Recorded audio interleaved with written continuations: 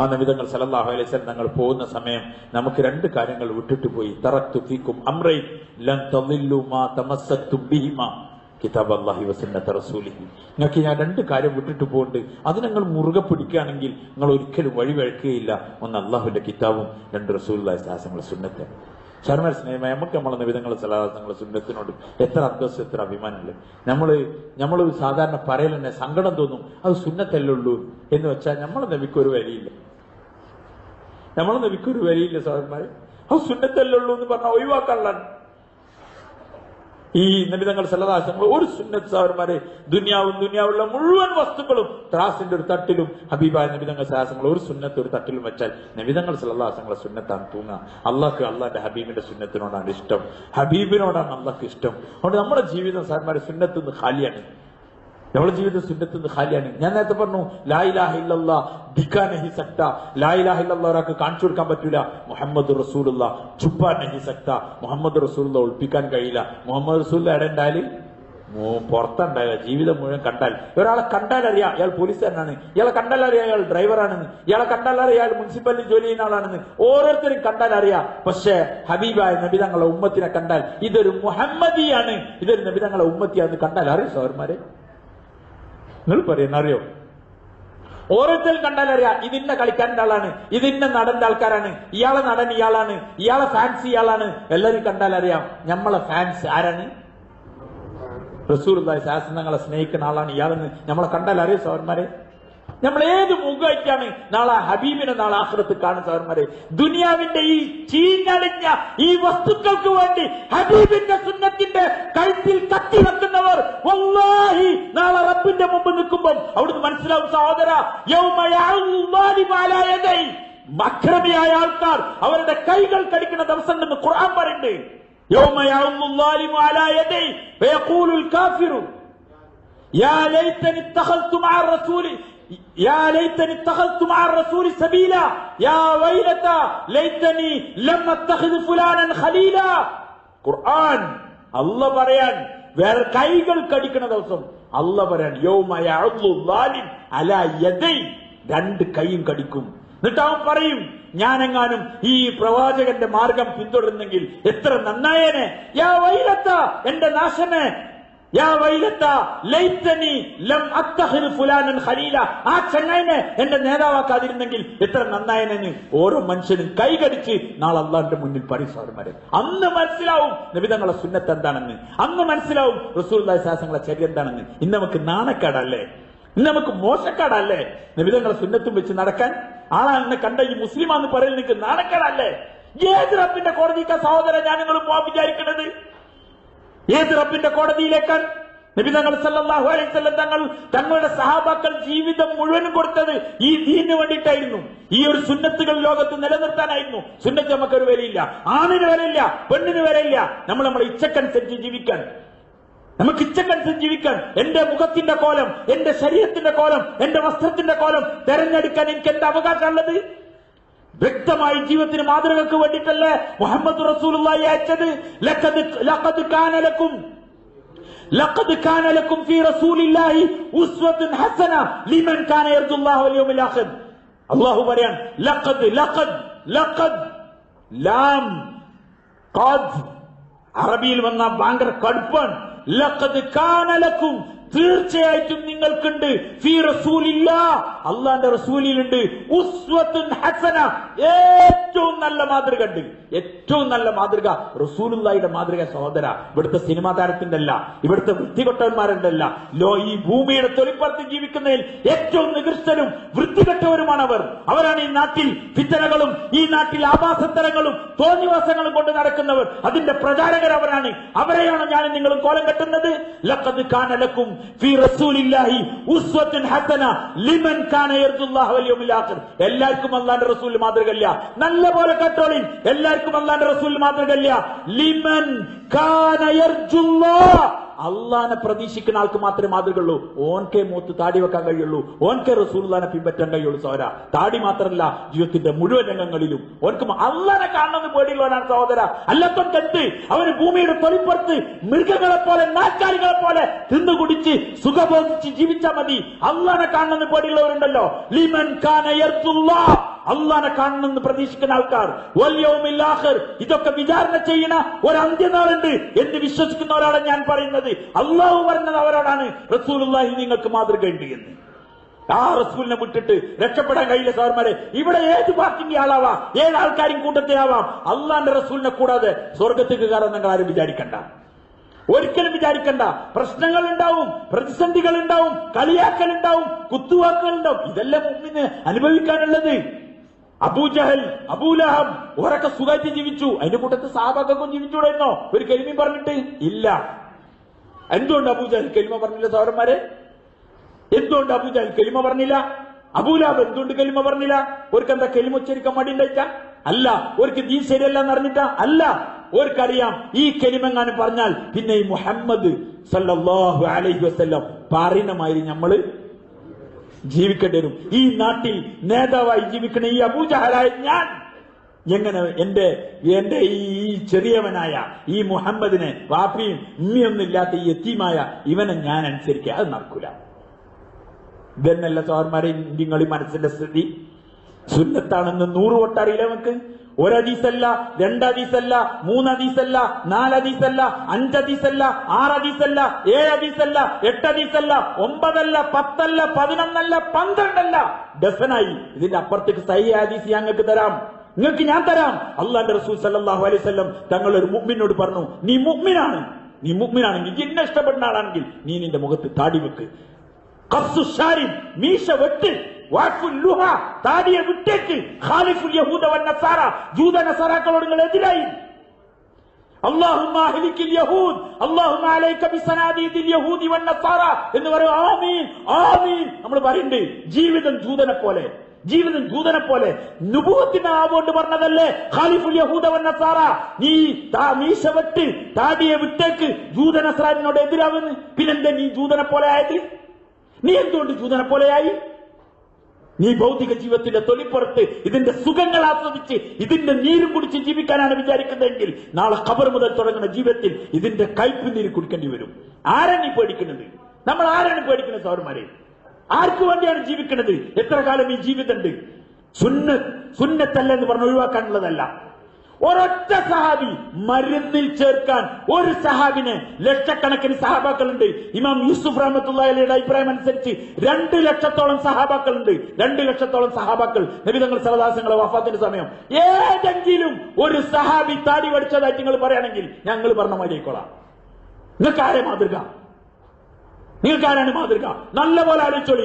ഇതൊരു തീരുമാനം എടുക്കേണ്ട ദിവസമാണ്. ഇത് റമദാനാണ്. അടുത്ത റമദാൻ നിങ്ങൾ ഉണ്ടാവുമെന്ന് അറിയില്ല, ഞാൻ ഉണ്ടാവുമെന്ന് അറിയില്ല. ഞാൻ എന്റെ കാര്യം തുറന്നു പറയാൻ, സുന്നത്തുകൾ വെറും താടി മാത്രമല്ല, ഓരോ സുന്നത്തുകളും താടി വരട്ടെ, ബാക്കിയുള്ള വന്നോളും. കാരണം മനുഷ്യന് ഏറ്റവും കൂടുതൽ ചൊറിച്ചിലുണ്ടാണ് താനാണ് താടി. വേറെയൊക്കെ റെഡിയാണ്. ഒരു ചൊറിച്ചിൽ, 3 ചൊറിച്ചിൽ എന്തായാലും ഉണ്ടാവും. ഒരാൾ താടി വെച്ച് വരുമ്പോൾ 3 ചൊറിച്ചിൽ. ഒന്ന് സ്വന്തം ചൊറിച്ചിൽ, 2 പെണ്ണുങ്ങൾക്ക് ചൊറിച്ചിൽ, പിന്നെ നാട്ടുകാർക്ക് ചൊറിച്ചിൽ. ഈ 3 ചൊറിച്ചിലിനെ തരണം ചെയ്താൽ ഒരാൾക്ക് ആ സുന്നത്ത് കിട്ടുള്ളൂ. വല്ലാഹി ഉറപ്പിച്ചോ നിങ്ങൾ ആ കാര്യം. ഞാൻ നിങ്ങളോട് തുറന്നു പറഞ്ഞു. ഒരു മനുഷ്യൻ താടി വെക്കലോട് കൂടി തന്നെ അയാളുടെ ജീവിതത്തിന്റെ പരിവർത്തനം ഉണ്ടാവും. അയാളുടെ ജീവിതത്തിന് വലിയ മാറ്റം ഉണ്ടാവും. നമുക്കത് അറിയാത്തോണ്ടാണ്. നമുക്കതറിയാത്ത. ഞാൻ ഡൽഹിയിൽ പോയ സമയം ഒരു CD ഇങ്ങനെ കണ്ടു.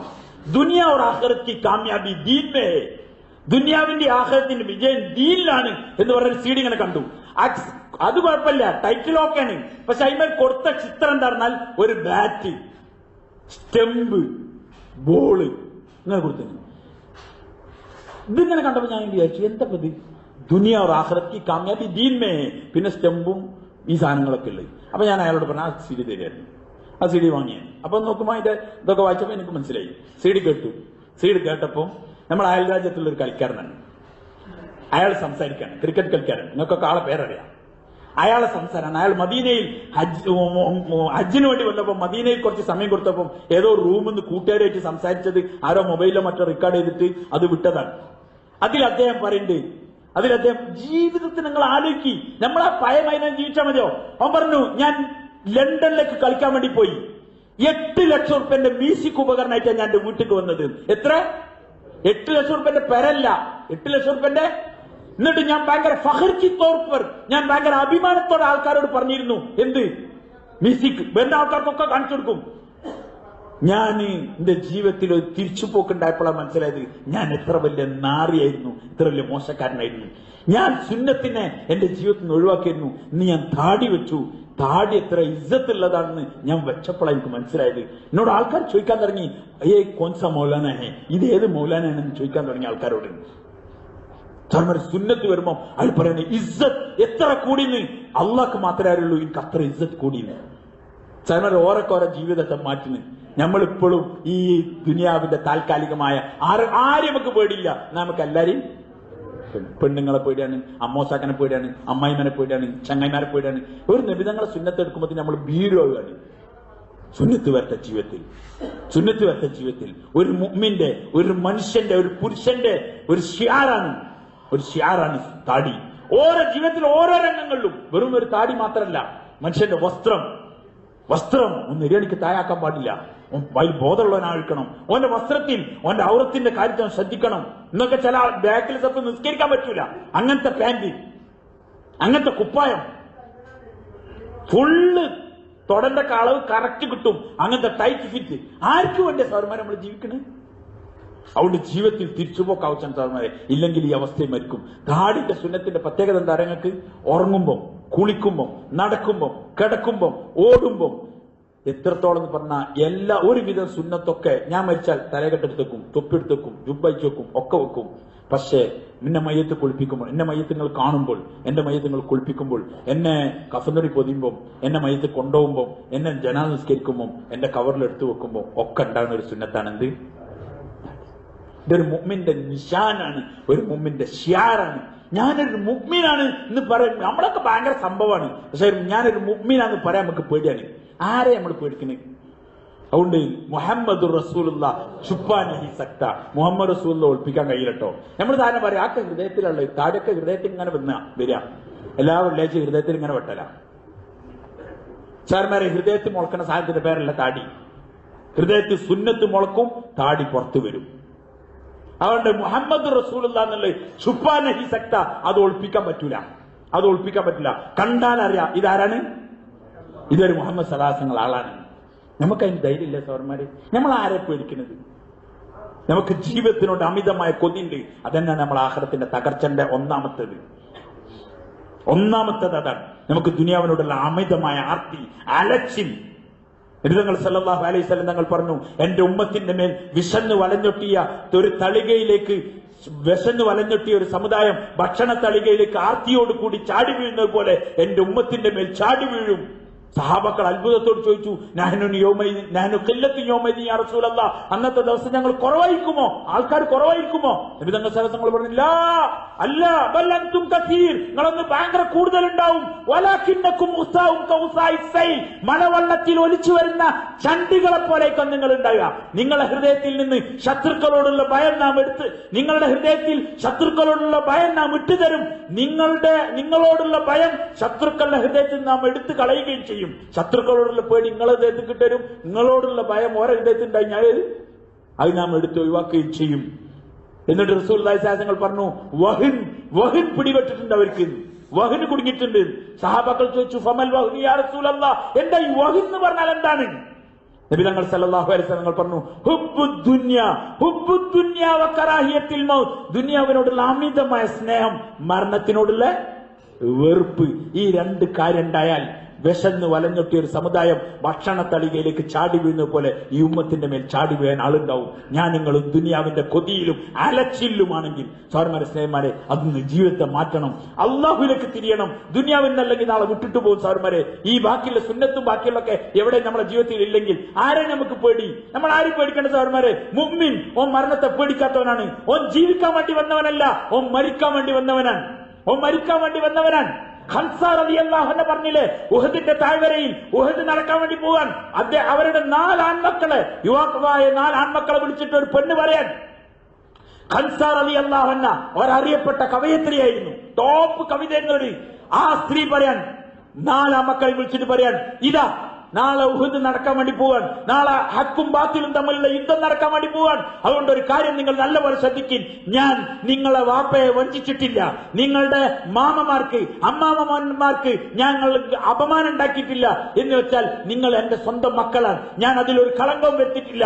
ഞാൻ നിങ്ങളെ പെറ്റ് പോറ്റി പാല് തന്ന് വളർത്തി യുവത്വത്തിലെത്തിച്ചത് എന്തിനാ നിങ്ങൾക്കറിയോ? ഇതുപോലെ ഒരു ദിവസത്തിന് വേണ്ടിയിട്ടാണ്. നാളെ ഉഹദ് നടക്കും, ശക്തമായ നിലയിൽ നിങ്ങൾ മുന്നേറണം, ഓരോരോ ശത്രുക്കളോട് നിങ്ങൾ അടരാടണം. അങ്ങനെ ശത്രുക്കളുടെ ഇടയിലേക്ക് ഇടിച്ചു കയറി തള്ളിക്കയറി ശത്രുക്കളുമായി വാൾപ്പാറ്റ് നടത്തി അങ്ങനെ അവസാനം ശത്രുക്കളുടെ വാളുകൾക്ക് ഇരകളായി താഴെ വീണ് രക്തം വാർന്നൊലിച്ച് നിങ്ങൾ ഷഹീദാവണം.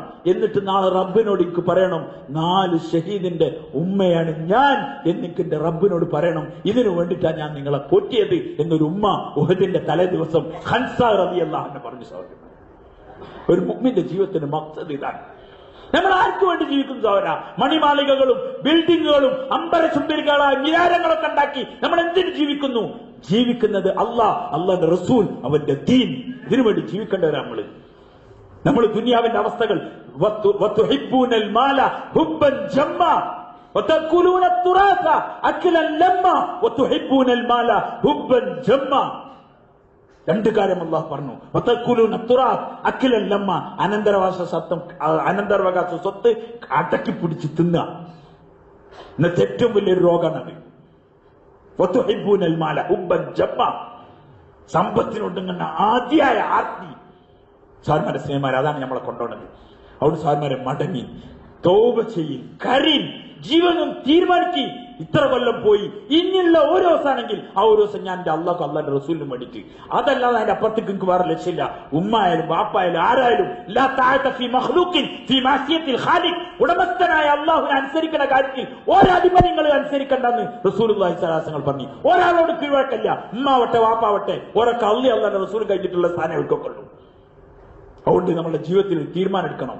താടി പ്രശ്നമാണെങ്കിൽ നമുക്കൊരു പ്രശ്നമില്ല, ഉമ്മ പ്രശ്നമാണെങ്കിൽ ഉമ്മ ആ വഴിക്ക് നീങ്ങാം, വാപ്പക്ക് പ്രശ്നമാണെങ്കിൽ വാപ്പക്ക് ആ വഴിക്ക് നീങ്ങാം. ഞാൻ എന്റെ അള്ളാഹുന്റെ റസൂലിന്റെ വഴിയിലൂടെയാണ് പോണത്. അതിന് ആരൊഴിവാക്കേണ്ടി വന്നാലും എനിക്കൊരു പ്രശ്നമില്ല. അതല്ലേ സഹോദര ബദർ നടന്നത്? ബദറിൽ അതല്ല ഉണ്ടായത്. അബൂ ഉബൈദ ജർറാഹ് റളിയല്ലാഹു അൻഹു പിതാവായ അബ്ദുല്ലാഹി ഇബ്നു ജർറാഹിനെ വെട്ടിക്കൊന്നില്ലേ? ഈമാനിന്റെ പേരിൽ ആരോടും ഒരു നിലയിലും വിട്ടുവീഴ്ചയില്ല. അള്ളാഹുന്റെ റസൂൽ, അത് കഴിഞ്ഞിട്ട് വേറെ പരിപാടിയില്ല. ഇങ്ങോട്ട് നമ്മൾ എത്തണം സഹോദരന്മാരെ. നമ്മളെല്ലാം കഴിഞ്ഞിട്ട് നമ്മളെ ദുനിയാവിന്റെ മുഴുവൻ പൂതിയും കഴിഞ്ഞ് ആൾക്കാരെല്ലാം കഴിഞ്ഞതിന് ശേഷം എന്തെങ്കിലും ബാക്കിയുണ്ടെങ്കിൽ അള്ളാഹുന്റെ റസൂലിനും കൊടുക്കാന്നാണ് നമ്മളെ വിചാരെങ്കിൽ സഹോദരന്മാരെ സ്നേഹമാരെ, ആഖിറത്തിലെത്തുമ്പോൾ അള്ളാഹ് നമ്മളെ പഠിപ്പിക്കും. അള്ളാഹ് നമ്മളെ കാക്കുമാറാവട്ടെ. അവിടെ ഒരു ഉറച്ച തീരുമാനം എടുക്കുക. ഓരോ സുന്നത്തും കണ്ടെത്തി ജീവിതത്തേക്ക് കൊണ്ടുവരും. അതിൽ ഒരാളെ സാർമാരെ ദുനിയാവിന്റെ അവസ്ഥ എന്താ? ഏത് കോലം ആൾക്കാർ കെട്ടാൻ റെഡിയാണ്, ആണോ അല്ലേ? ഏത് കോലം കെട്ട ബാർബർ ഈ പണിയെടുക്കുന്ന പയ്യന്മാരോട് ഹെയർ കട്ടിങ് ചെയ്യുന്ന ചെക്കന്മാരോട് ചോദിച്ചാൽ മതി. ഹെയർ കട്ടിങ് ചെയ്യുന്ന ചെക്കന്മാര് കത്തിയോണ്ട് ചിത്രം വരക്കാൻ, ഞാനൊരു ഷോപ്പ് കയറി മുടി കട്ട് ചെയ്യാൻ വേണ്ടി കയറിയതാണ്. അവസാനം ഇറങ്ങിപ്പോയി, കാരണം നിസ്കാരത്തിന്റെ സമയമായി. ഒരു ചങ്ങായി വെട്ടിയോണ്ടിക്കുന്നുണ്ട്, ഓനെങ്ങനെ വരക്കാണ്. ഓന്റെ ഇവിടെ താടിന്റെ ഇവിടെ ഇങ്ങനെ അങ്ങോട്ട് കൊണ്ടുവന്ന് ഒരു സൈസ് കോലം നല്ലൊരു മനുഷ്യനെ. ഈ ഒരു ഊച്ചാന്താടി കണ്ടില്ല നിങ്ങൾ? ഇവിടെ ഇങ്ങനെ ഒരു അതിന് വേണ്ടി ഒരാൾക്ക് സുന്നത്തായി 4 രോമ ഇവിടെ ഒന്നുള്ള എല്ലാവരും പറയും, എന്ത് താടി അത്?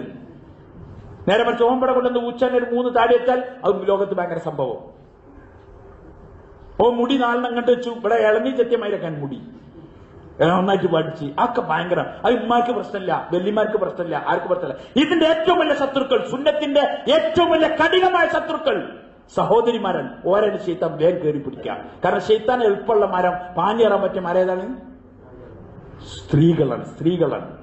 അതുകൊണ്ടാണ് ഒരു പെണ്ണ് പുറത്തിറങ്ങിയാൽ ഉടനെ ആര് കൂടും? ശൈത്താൻ കൂടുന്നു. ഈ സ്ത്രീകളെ പിടിക്കാം. പാവങ്ങൾ ഐറ്റങ്ങൾക്ക് അറിയില്ല, ഐറ്റങ്ങൾ സുന്നത്തിന്റെ വിരോധികളായി. ശൈത്താൻ അവരെ സുന്നത്തിന്റെ വിരോധികളാക്കി. ബോംബെയിൽ ഒരു പയ്യൻ ഒരു യൂണിവേഴ്സിറ്റി പഠിക്കുന്നുണ്ട്, ചെറുപ്പക്കാരനാണ്, ഒരു 10, 18, 20 വയസ്സോ മറ്റോ ആയതാണ്. ഓൻ കോളേജ് ക്യാമ്പസിൽ അടിച്ചുപൊളിയിട്ട് നടക്കുകയാണ്. ഇങ്ങനെ ഉച്ചാന്താടി മറ്റേ ഇതൊക്കെ ആയിട്ട് മോഡൽ ഉണ്ടാക്കി നടക്കുന്ന ചെക്കൻ. ആരോ ഓനെ കണ്ടു, ചെറുപ്പക്കാരൊക്കെ കണ്ട് ഓൻ അള്ളാഹ് ആഖിറൊക്കെ പറഞ്ഞെടുത്തു. ഓൻ അവസാനം ഒരു 2-3 ദിവസം അള്ളാന്റെ മാർഗത്ത് മസ്ജിദിൽ പോയി കഴിഞ്ഞു. അള്ളാഹ് ആഖിറം ഖബർ നബിതങ്ങൾ സാഹസങ്ങളെ സുന്നത്തിന്റെ മഹത്വം അതൊക്കെ കേട്ടു ഒരു 3 ദിവസം കൊണ്ട്. ഓൻ തിരിച്ചെന്നപ്പം ഓന്റെ പേരൊക്കെ ഇങ്ങനെ മടക്കി വെച്ചിന്. ഓന്റെ അവസ്ഥകൾ പിന്നെ ഓൻ ഹോസ്റ്റലിലാണ് വന്നത്.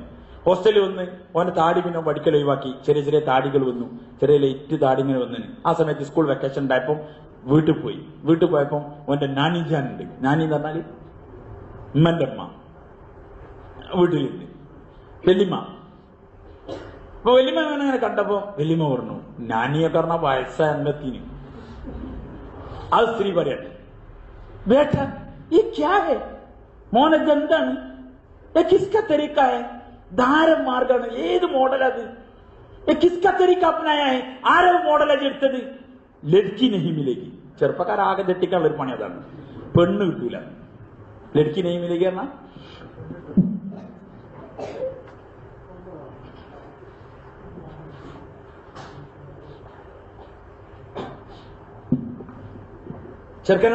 ചെറുപ്പക്കാരനോട് പറഞ്ഞു വല്യമ്മ ലഡ്കി നെഹിമിലേക്ക്. അപ്പൊ ഈ പയ്യൻ ഫുൾ ജോസിലുള്ളത്, അള്ളാഹ് റസൂലിന്റെ ഫിക്കറിലുള്ളത്. ഓൻ പറഞ്ഞു, നാനി ജാൻ मैं तो एक का तरीका को अपनाया है. ഞാൻ ഒരാളുടെ മോഡലാണ് എടുത്തത്. ഉസ്കു അല്ലാഹ് ने बहुत बीवियां दिया है. ആ ആൾക്ക് അള്ളാഹു കുറെ സ്ത്രീകളെ കൊടുത്തിന്. ഓ അള്ളാഹ് കംസേ കം മുझे तो एक तो जरूर बजरूर देंगे. ആ അള്ളാഹ് എനിക്ക് ചുരുങ്ങിയത് എന്തായാലും ഒന്നെങ്കിലും എനിക്ക് തരും. കുറെ കല്യാണം കഴിച്ച ആളാണ്, കുറെ പെണ്ണുങ്ങൾ കിട്ടീന്. ആരാളെ ചര്യനെ ഞാൻ എടുത്തത്. വയസ്സായ വല്യമ്മ. സാധാരണ പറയലുണ്ട് എന്താ പറഞ്ഞാ, താടി കപ്പറൊക്കെ പഠിച്ച ഒരു ഈമാൻ വെച്ച്